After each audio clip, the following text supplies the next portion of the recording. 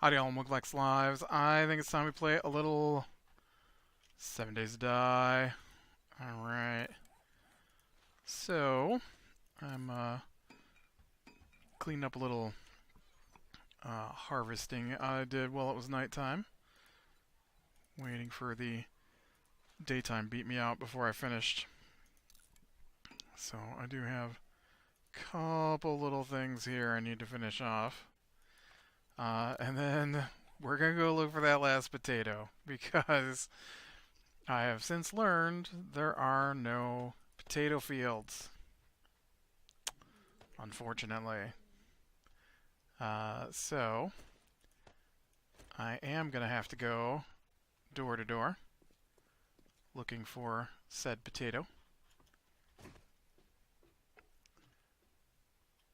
I was really hoping that there'd just be potato fields, right? But no potato fields for me. And we'll try and remember to take some food with me, since that didn't go well last time. Alright, so that's done. Nope, I don't need to hide. I need to get some food. I might have to turn all of my meat here into food, unfortunately. Maybe not all of it.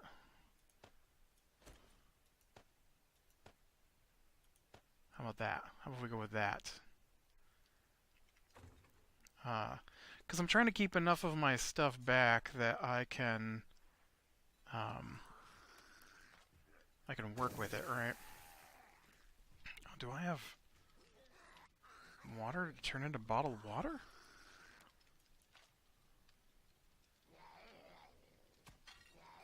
I'm blind. Oh, I do. It's way down there. Weird. Also, why do I have so much water on me?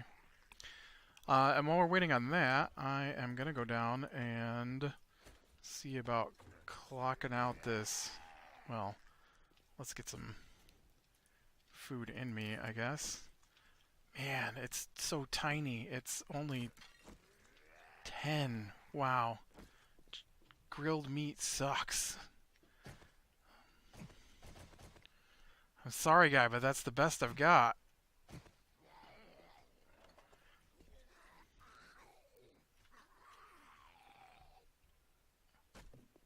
Where? There you are. I saw you coming in earlier. Oop. Man, it is. Oh, cool. I went up a level. Yay. We're one level away from steel? Maybe? Let me check. We've got, well, I mean, I'm a million levels from anything because I'm broken here, but, level 20. Oh, I need level 5 intellect. I've got level 5 intellect. So, I've got 3 points available. Why do I have 3 points available? What was I going to do with that?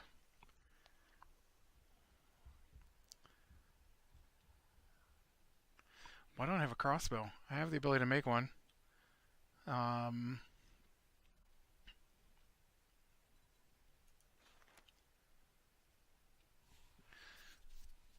Weird. I'm sure I was saving those points for something. I know we just did the mini bike, and the motorcycle isn't to level 50. I thought that I was waiting to level 30 for something, but um,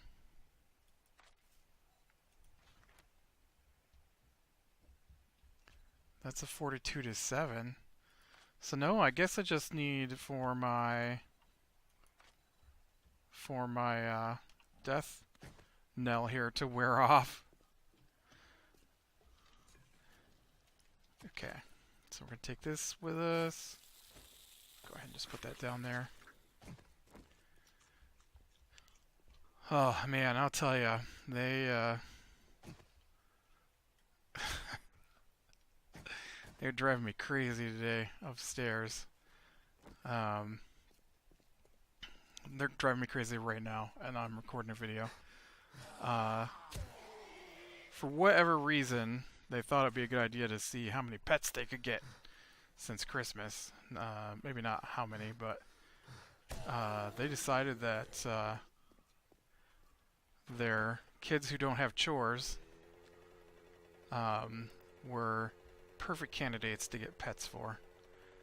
And so, and then my sister, who's never home because she's always at work, decided she had to have a pet too. And so they basically have left a new puppy, 2 kittens, a fish tank here. Even though neither parent is home most of the day. No,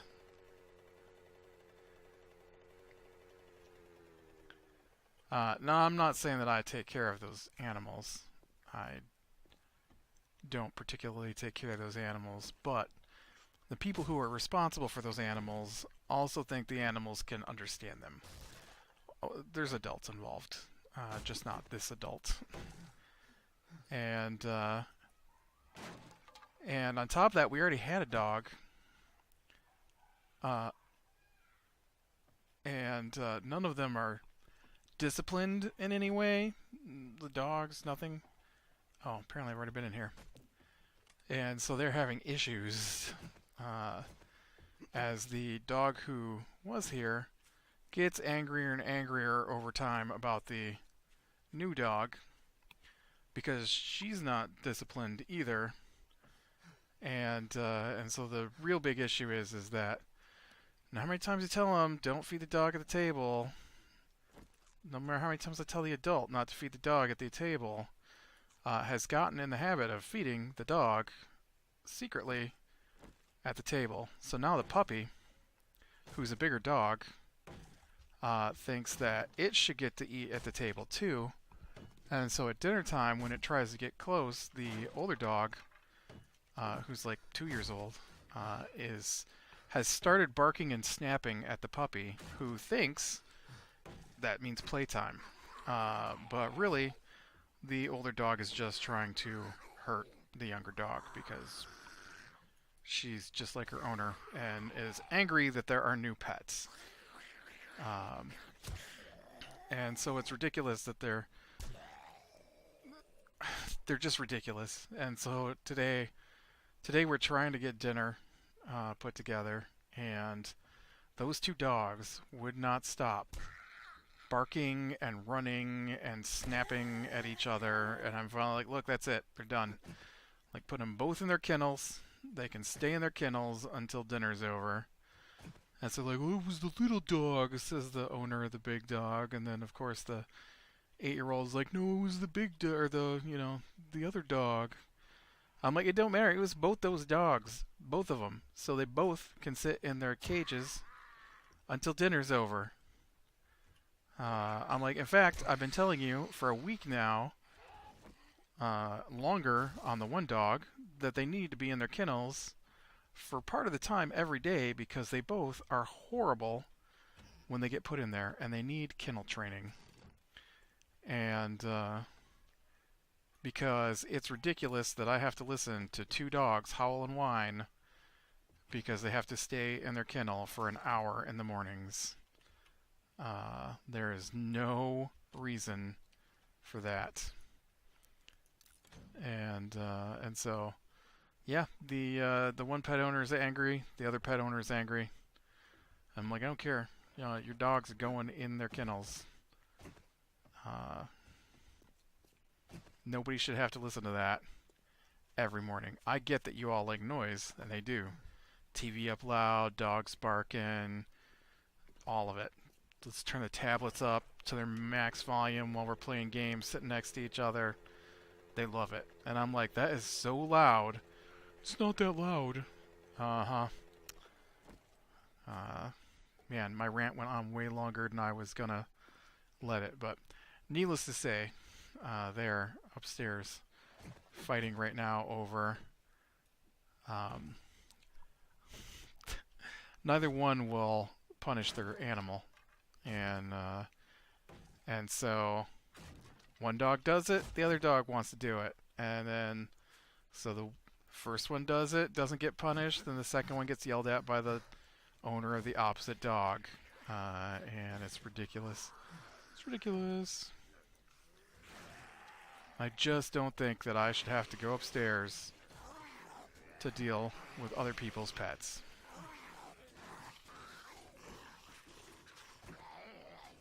Dang it, I really need a... You guys gonna break this door down for me so I don't have to keep trying to get in here? Yeah, I know, buddy. Here. Come on. You can't fit through? What's going on there? I should have put my bike at the end of the driveway here. Oh, man. That was unexpected. Usually they get knocked down when I hit them with my sledgehammer.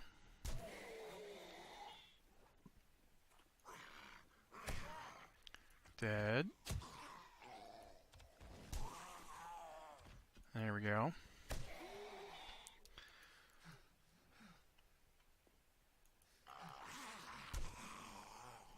So, I mean, that wasn't my day. That was just dinner. That was all through dinner. They're ridiculous. They drive me crazy with those animals. They won't discipline them. I'm not saying, you know, you need to beat up your animal, but you at least need to teach them that it's not okay to do some of the things the animals are doing. Like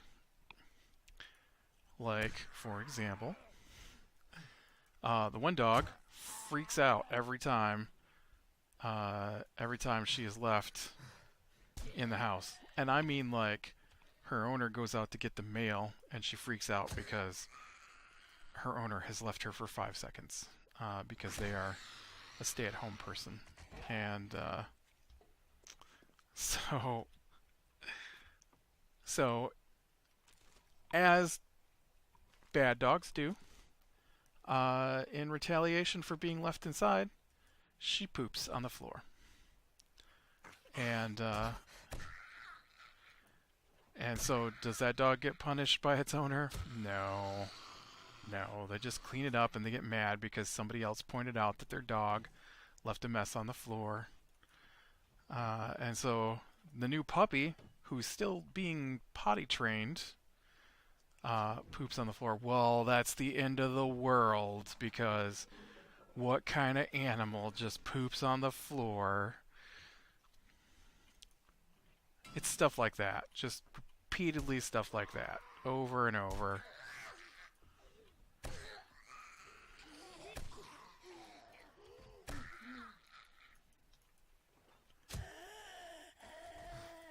Come on. Alright. Ooh, I thought there might be something back there. It wasn't spectacular, but it was something. Come on, potato. I'm tired of coming out here looking for potatoes. I just need one more potato to get my potato farm started. Not. Guess I need those, sort of.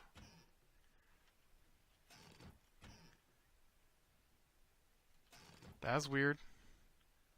Why were there electronics in the cupboard? Must have been their trash drawer, right? The junk drawer.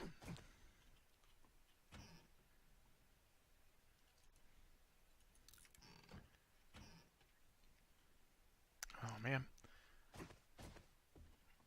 Where did I come in here at? Oh, front door. Alright, well, that's, what, 3 houses down? I guess the first one was already looted, so probably shouldn't count.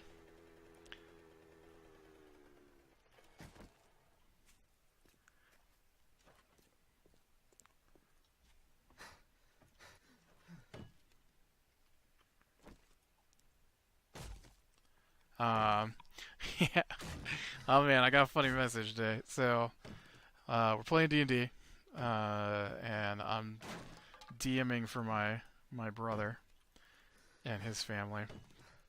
And we're doing it, you know, the email style, the play-by-post through Discord. It's not really email, but...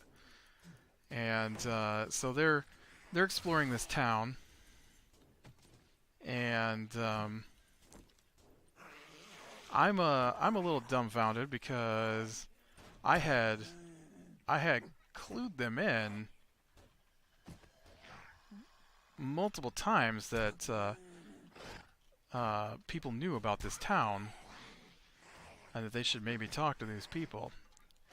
But I kind of feel like I'm not going to just straight out give them information.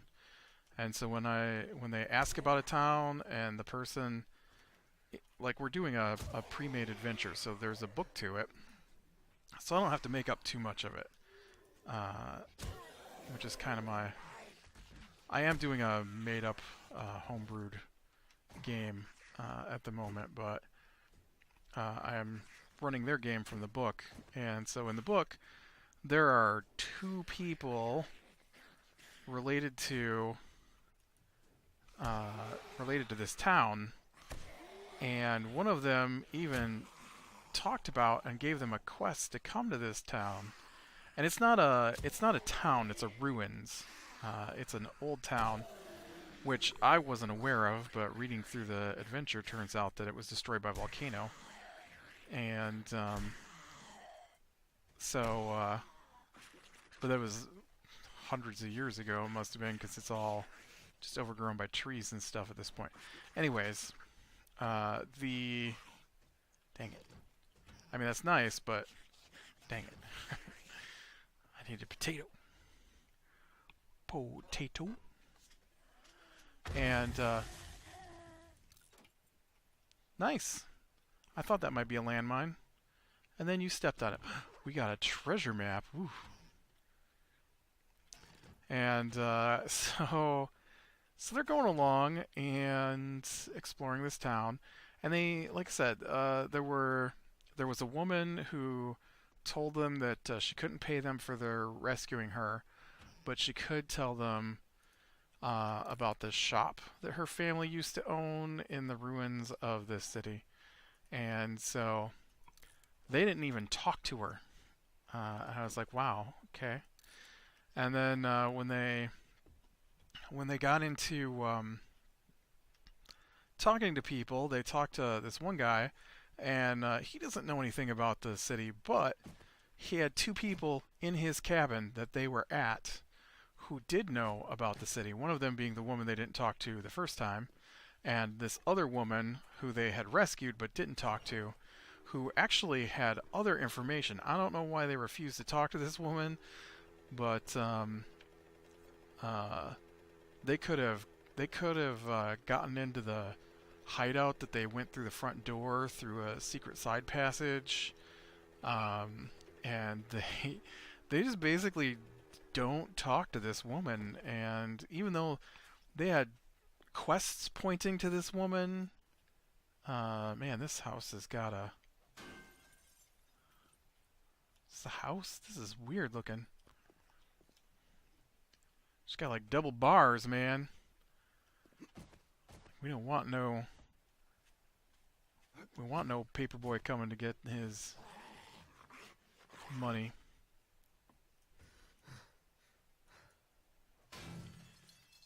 Zombies, I've knocked twice. Somebody. Oh, I was gonna drink some water. And so they're talking to the guy, and they're like, hey, do you know anything about that town? And so I'm like, well, in the book, he doesn't know anything about that town. He's never been there. You know. But there's a woman who's actually knows someone who is living in the town, the ruins of the town. And the other woman, her family's from the town. And so I'm like, you know, I'm pretty sure these two women who are in the cabin that you should probably talk to, because you haven't talked to them yet. You know, so I told them, I'm like, hey, you need to... Yes, there's level 30. Oh, yeah, right. Level 30 didn't do me any good. I need to spend my points. Okay, so I would like to get Hammer and Forge. Oh, Level 30 was iron tools and weapons I could craft. Yes. And then I've got 3 points left, so I'm going to spend 2 to get level 6 on intellect because that gives my items better quality. And 35 to make iron armor.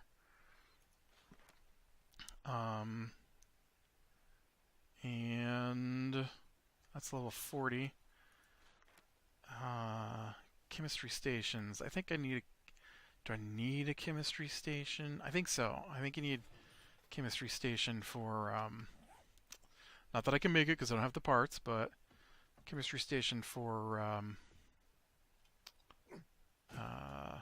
gunpowder, right? So they just don't care. They go on their way. And I'm like, okay.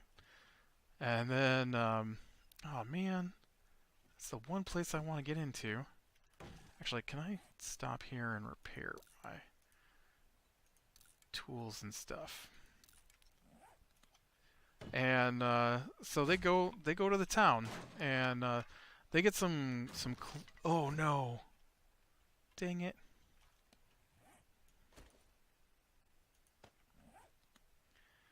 I don't want to. Oops.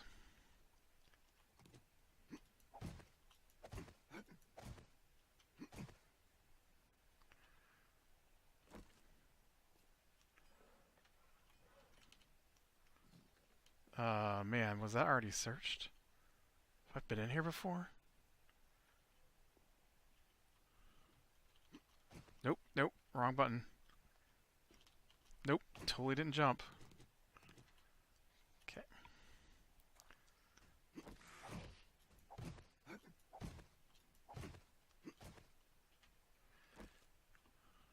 Hi. Get out of here.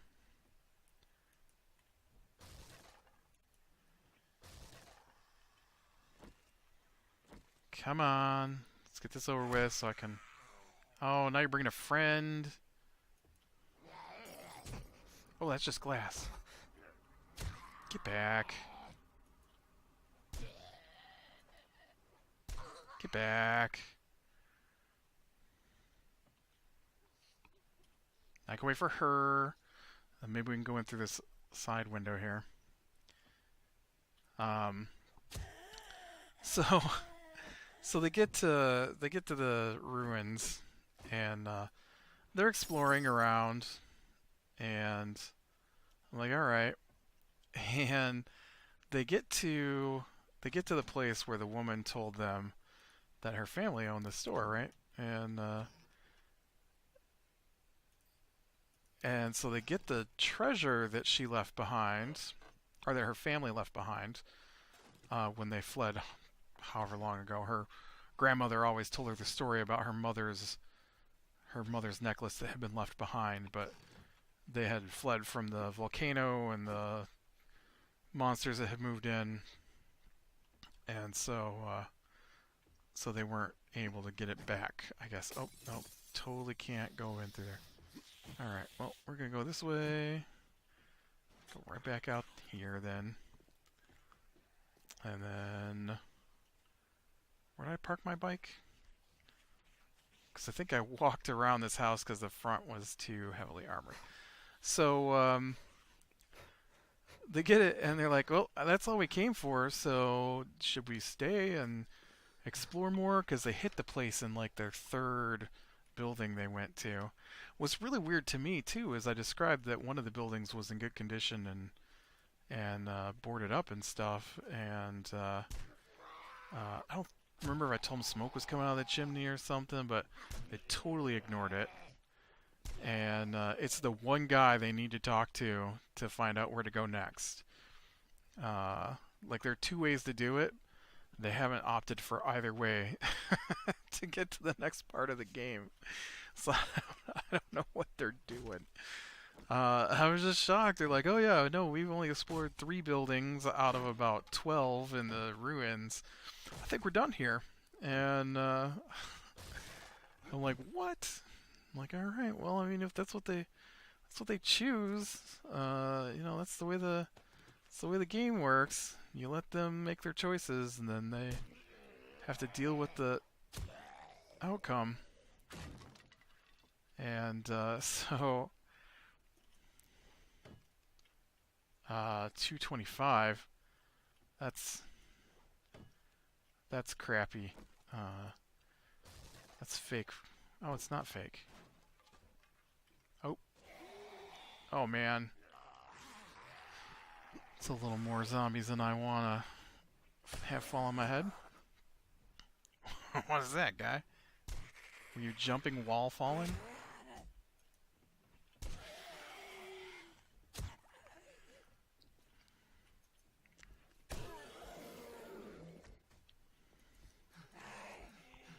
Stamina almost got me hit there. So they decided to stay, and so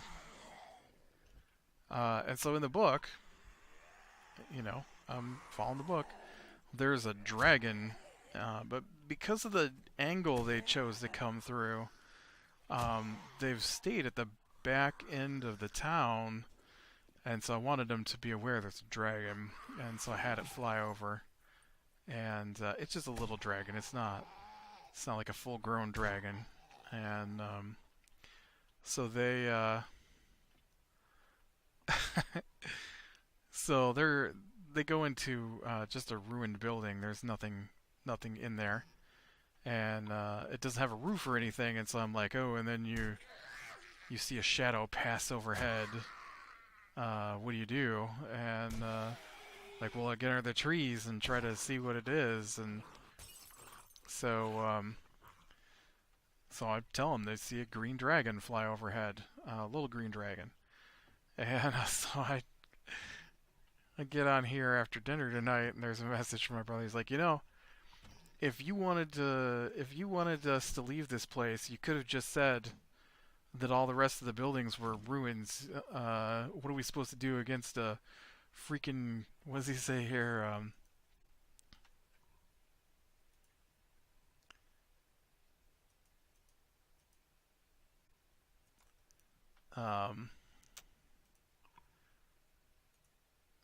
He says, oh, I closed it. Hold on.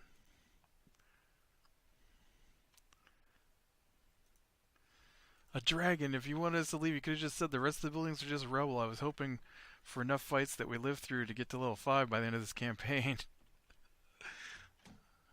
Fight the dragon then.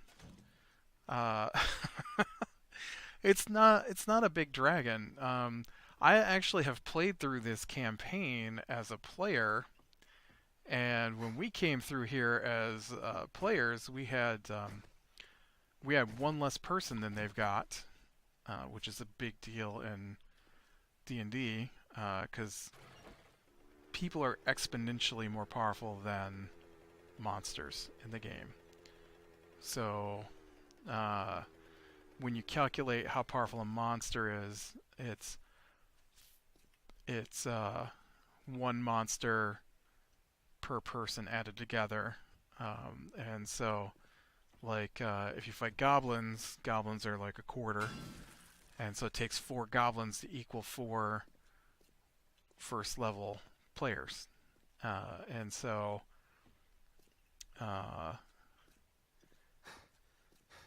so I don't know what the dragon is. It's probably like a level 3 or a level 5. And so it's just a slight difficult fight. Like, I don't think they're supposed to be able to win it. The book says once it gets down to half health, it flies away. And but when we played, it didn't live. We killed it. It's only got like 150 hit points or maybe 200 hit points. I forget exactly how much, which is a lot compared to an individual player. But they all have over 20 hit points, and there's 5 of them. So as long as they can survive the initial attack by the dragon, if it breathes its poison breath, then they're golden. You know, it's not really that difficult of a challenge if they're prepared. And so we had seen it when I was playing, and so we actually prepared for it a little bit, and we didn't even need it. It did so little damage with its poison breath. I think its maximum it can do is like 40 damage with its poison breath, but that's maximum. So it normally does way less than that. And so when it hit us, it didn't stop us. And then I think like my first attack did 40 points of damage to it, and the sorcerer that was with us, his first attack did like another 30 or 40 points of damage to it. And so just in our first round between the 4 characters, man, I wish there was a potato. I could have been done. Just in the first round, we had taken over half of its life, and it tried to flee the second round, and we had a monk with us, and so the monk got a stunning strike off against it. Man, what was the other character in that? Oh, an assassin. Yeah, I got sneak attack on it, and I should probably get this in my map here. And so it did not go well for the dragon, for sure. And so instead of getting to run away, like it says in the book, it died. And so I'm not expecting it to be too much problem for 5 people, because they get a whole extra round of damage to it, and or extra characters worth of damage to it, which is a lot in 5e. And as long as they don't do something stupid.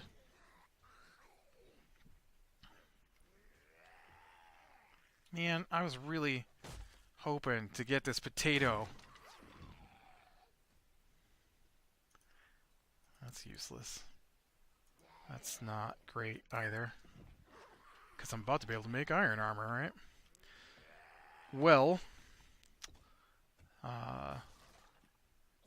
hey guy. I'm just going to go back out the way I came here, I guess, and